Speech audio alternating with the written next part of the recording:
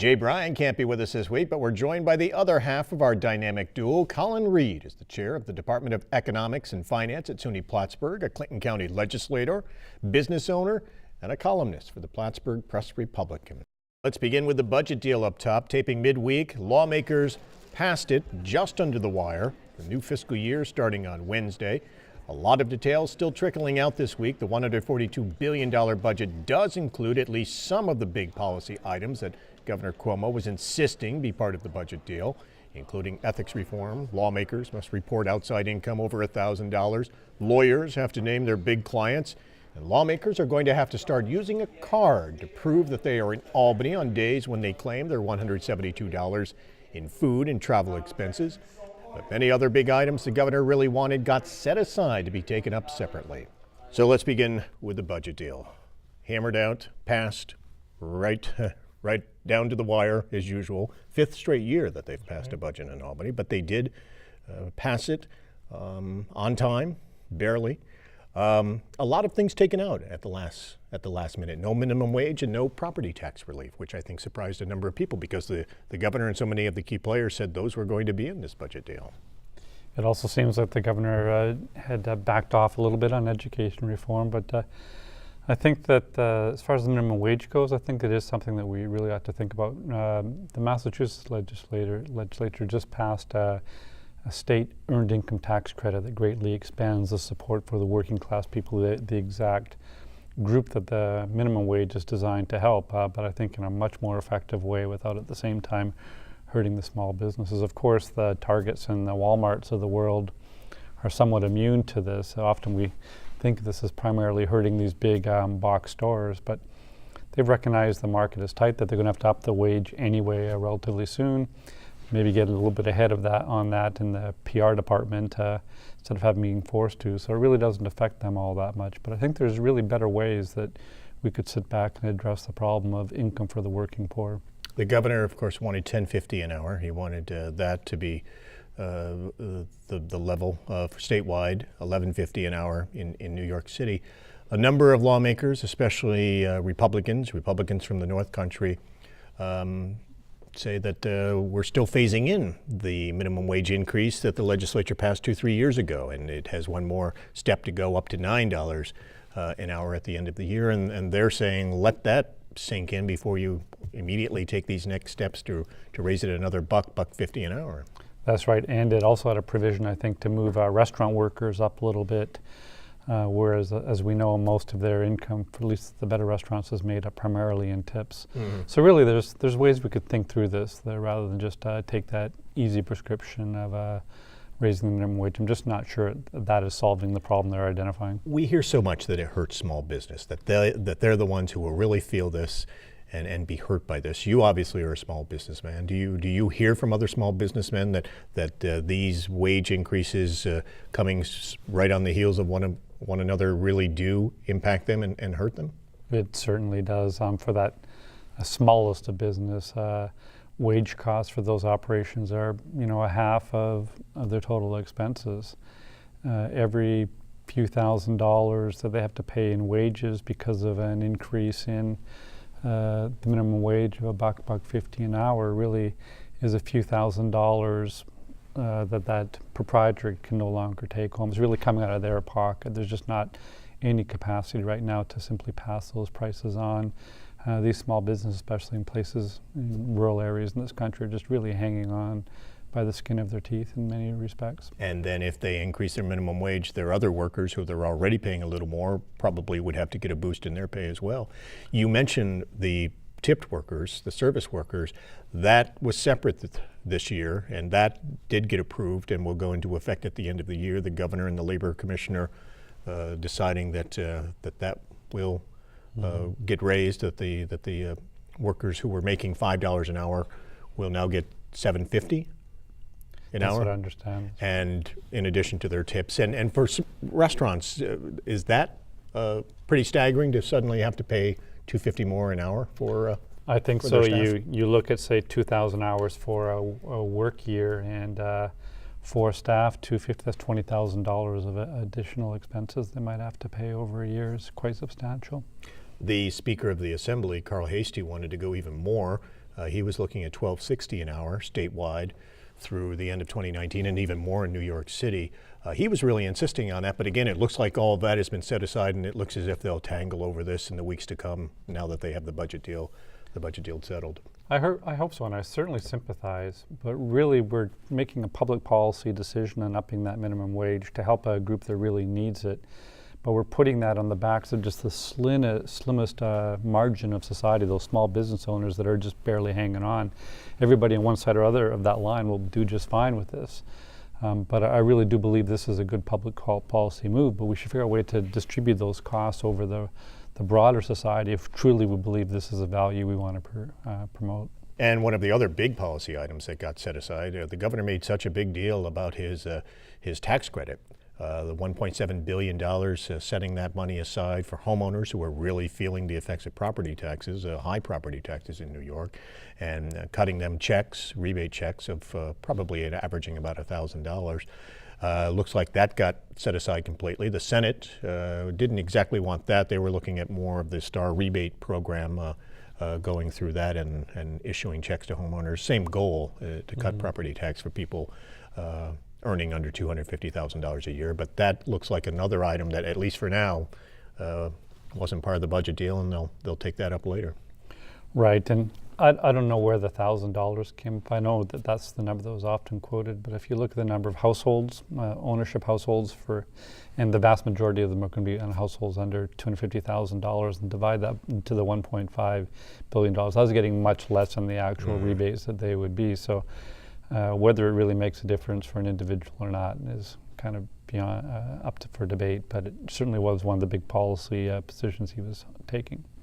They also put off a number of other issues. As you mentioned, education reforms. It looks like the state education department is going to be taking those up. The teacher evaluations, which became so controversial, really probably the most controversial item that the governor was trying to include in the budget. The state education department will rework those evaluations. Also, the state education department will take up the underperforming or the failing schools and some system of possibly the state taking those over. Again, that's modeled after Massachusetts, where they have that system in place now. Right, and if there's a silver lining, certainly the teachers across the state have really been mobilized over the last few months, as you've heard. And I think that it's fine enough to say what they don't like. I think now they realize they're going to have to articulate something that could work better, and I think we can all benefit from that, from them truly being part of the solution rather than being excluded and having these deals made up with 3 men in the room and without the teachers really having an opportunity to offer a scenario that could work out better for everybody. So this is exciting. When it comes to the ethics reform, after Sheldon Silver's arrest, being charged with corruption, accused of taking $4 million over the years from law firms where he did no work, according to federal investigators, you knew that there was going to be a strong push for ethics reform. Already, though, a number of people, from Tom DiNapoli and Eric Schneiderman and good government groups, saying that they really don't think this goes nearly far enough in dealing with some of the ethics issues. I agree.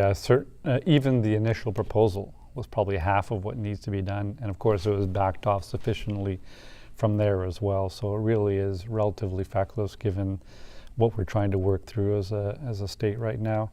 One thing that was also, I believe, fall off the table was the pension reform, that if you were violated these ethics laws, you'd be no longer eligible for a pension, or if you were criminally sanctioned. I believe that that's no longer in the works either. They do work on the per diem issue, where lawmakers were getting $172 a day, and they really didn't have to show receipts for a number of those, so they have cracked down on that a little bit. I think a number of people thought that that's been abused for a number of years. And of course, if there's no accountability, why wouldn't it be abused? Every employer I've worked for, you've worked for, I'm sure, have required us to produce receipts. But I guess there's another set of rules for the rule makers. Two of the things that were included in the budget deal, priorities for Governor Cuomo, the $1.5 billion coming out of the bank settlement fund, the $5.4 billion bank settlement fund, one-time windfall, for this competition. It's basically a continuation of his Regional Economic Development Council that he has in the 7 regions of the state that compete for economic development money every year. This is an extra pot of money, $1.5 billion. 7 regions will compete. 3 will get $500 million for major economic development. Obviously, the North Country now gearing up if this in fact is a reality, hoping that they might be able to tap into that money. Well, that's pretty exciting. There was a big movement amongst the counties to have the sum just divided up equally between the various groups of counties. But this region has always fared very well in those competitions. Gary Douglas has an amazing track record with Tom Collins in producing great proposals, and I think we've been the largest single recipient of these monies, almost always right at the top. Yeah. So from my perspective, let's compete and let's put Gary and Tony out there, and I think we'll do very, very well in this. A number of people saying that some of that money they would like to see go to fixing up the aging Olympic facilities in Lake Placid. They're estimating the cost probably at about $100 million to get them back up to top quality. And then with that, hearing a lot of buzz again from government leaders about maybe New York State making a bid for the 2026 Winter Olympics, to put in a bid to host the Winter Games for a 3rd time. And Lake Placid, knowing it couldn't possibly do it on its own, but teaming up with Albany or New York City or other cities within New York State. We've heard the Montreal, Quebec City pitch, the international bid before, but now there seems to be a push for maybe a statewide bid to host those Winter Games. I'd love to see that happen, but I think I'd want to see the numbers first. Many more remote jurisdictions find that they lose money on the Olympics. As you probably know, a number of the Olympics sites have been even backed out of late, especially the Winter Olympics. Well, Putin and his $50 billion That's right. in Sochi, and just it really, how high does it go? Can you keep raising the cost of the games, every 4 years, and where it would come down to only Putin or Beijing perhaps being able to host them every 4 years, or Right. do you need to rein in the cost and try to get it more realistic? I think you do, but if it turns out that $100 million invested is going to give us $200 or $300 or $400 million of returns, well, let's just sit down, do the numbers. I can imagine all kinds of nice projects that we could do with that money. I guess I'd rather be hard-nosed and look at the projects that are really going to produce a lasting, permanent revenue stream that currently doesn't exist. Let's talk a little bit about some of the headlines from the past few weeks. Treaty signed between the U.S. and Canada. Many people have been pushing for this for years.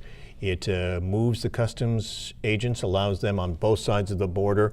Basically, now the U.S. could have customs agents at Central Station in Montreal. You could have pre-clearance customs before you get on the train, so it's not held up at the border. It can come right on through the border, and many people think that would be a huge benefit to cutting potentially an hour, hour and a half, 2 hours off the wait at the border if there's pre-clearance.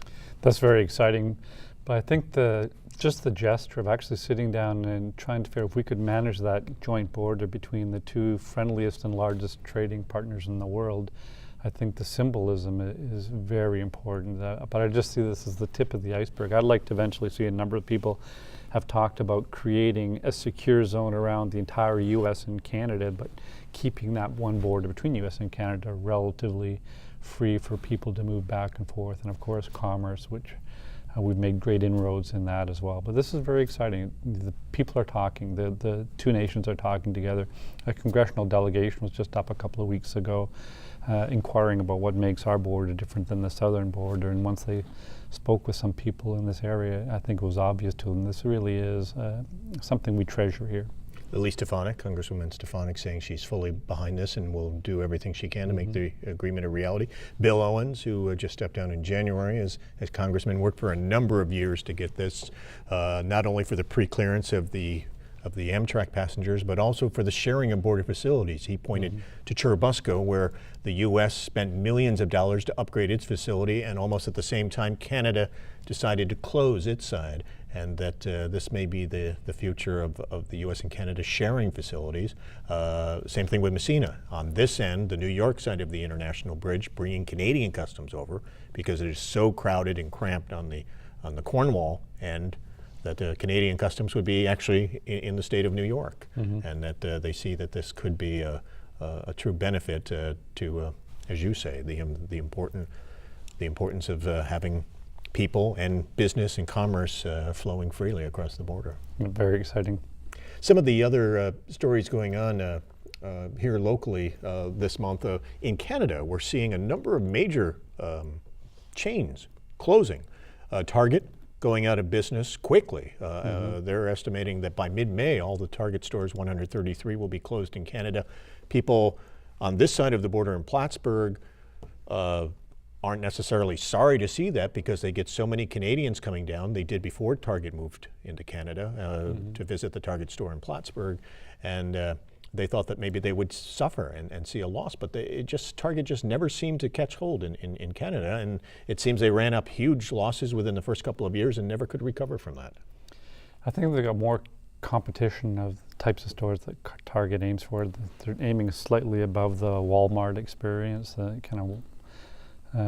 there's other similar stores spread all across Canada that are doing that very same thing, not the full discount. Interestingly enough, though, at the same time as Target is pulling out of Canada, Amazon is going into Canada. They've decided to move their drone research and operations into Canada because they feel the Canadian authorities are going to be a lot more Amazon drone friendly than the FAA has been. And of course, yes, the FAA finally coming out with its proposals for drones, and it looked, as we talked about last month, as if what Amazon wants to do is going to have to wait a few years. They're still trying to come up with some rudimentary rules on drone use, and not even to the point of talking about what Amazon wants to do. It's a little bit of a different culture now. Elon Musk and what he's trying to do with SpaceX, there had been a way of interacting with the government. Some groups like Amazon or SpaceX feel that they can somewhat more dictate the terms because they recognize that they're providing a much more enticing product that the government ought to get behind. So they go in it with expectations that the government's going to cooperate. And the government doesn't really think they believe themselves in the business of cooperating, rather believe themselves in policing and regulating. And it's interesting, you talk about him, a lot of speculation this week about the next big project for them. Many thought when the announcement was coming, will it be another electric car? But it looks as if they're working on a system of home batteries where you use solar panels and you can store your excess power in a home battery system and probably get off the grid completely, not have to worry about tapping into the grid at times when there's no sunlight. They can actually do that right now with a couple of very easy provisions, a little bit of software changes and an allowance for individual households to do something called net metering, put energy back into the grid. So what you could do if you had one of these batteries, you just basically plug in your car. It's already got that battery just sitting there. At times when electricity is low, if you have a low hours, off-peak hours, you're charging up the car. And if the car is still there when electricity prices are high, you can put that energy back in. It's a very efficient, it's what we call distributed grid technology. And Musk is on the leading edge of that. He also is, I believe, a majority shareholder of a large company that goes and installs solar panels all around the country. I think they're the largest solar provider in the country. So he's one smart entrepreneur and trying to figure out the entire vertically integrated industry there. His cars are certainly in the higher end of the electric cars. Some of the others just haven't been selling as much as I think many people would like to see. The state of New York, a number of businesses are taking steps to put charging stations in. I think Price Chopper stores are going to do it in New York, the state of New York at rest areas. But for all the talk a few years ago of just seeing charging stations all the way from Montreal to Albany and New York City, it just hasn't caught on quite yet. It hasn't. SUNY Plattsburgh does have a couple of charging stations even up there. But the cars that are being built right now, except for the cars built by Tesla, are relatively short range, all under 100 miles. The Tesla more expensive products, they can get upwards of 300, 350 miles. As a matter of fact, he's going to make another announcement in a few days, sometime next month, or sometime in April, that's going to expand that range even further with better software management and maybe do some autonomous driving software using the existing sensors on these cars. So I think you do need that kind of a range of around 300 and 350 miles before people are comfortable really cutting that cord. And really, he's the only competition doing that right now. They could do that, but the battery part of the technology is the most expensive still. And on the lower end, cars like the Volt and others, still pricey enough that for a lot of people, still a little bit out of reach. Right, although there are federal subsidies for them, but you know, if you'd be kind of wary if you've got a car with only a 40-mile, 50-mile electric range and you want to go to Moores and back, and it's a little bit of a cold day, you got to turn your heater on. People just don't want to run that risk yet. Locally, let's talk a little bit about downtown Plattsburgh. You, of course, are a business owner there, and the city is gearing up for the new partnership with the Montreal company to run the new marina. And I think a lot of people are hopeful that that will bring in mostly Canadians who may come and maybe stay a day or two, maybe go to Burlington for a day and then come to Plattsburgh. And is the Downtown Business Association hoping that that this will be a real boost? We hope so.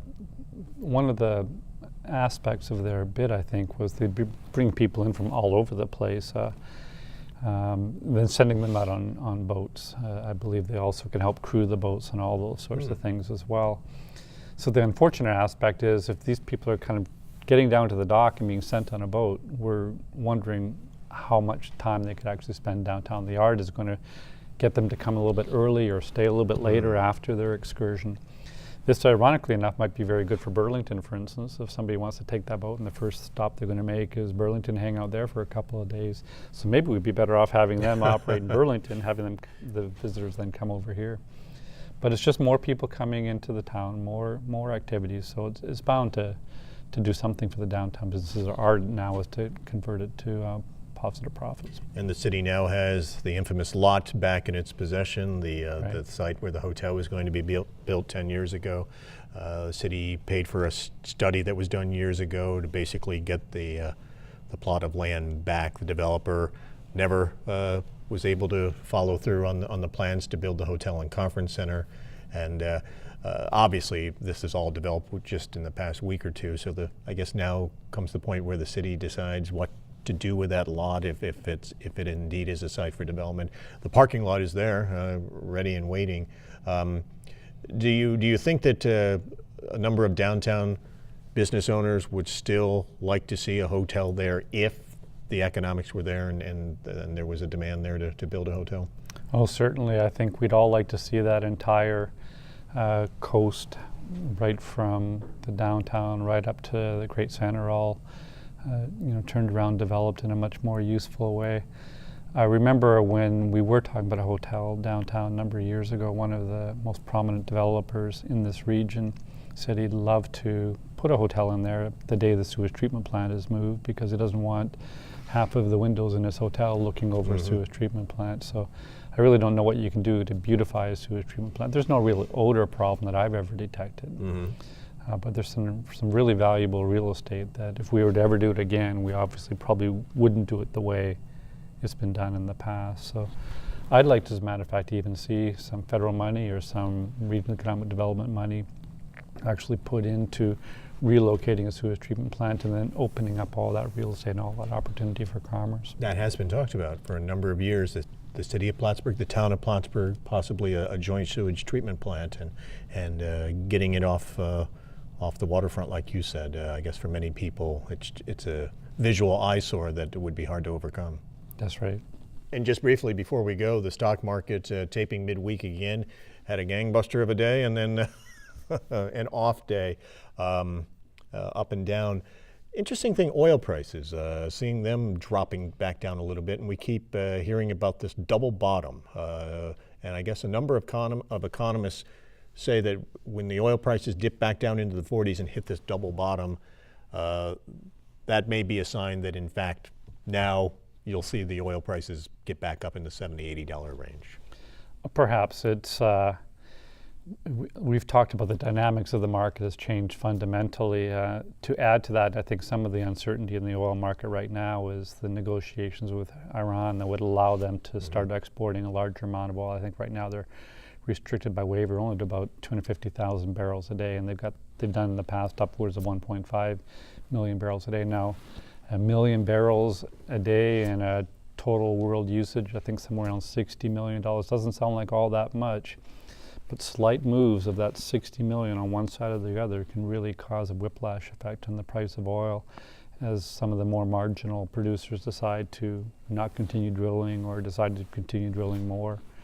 So I think we've got a little bit of ways to go before there's the true shakeup, but obviously at some point, as an energy source, it makes much more sense to be around $70 or $80 a barrel than wavering around 40 or 45. That is our business edition for this month. We want to thank Colin for being here and thank you for watching. For all of us here at Mountain Lake PBS, I'm Tom Hellick. We'll see you next time.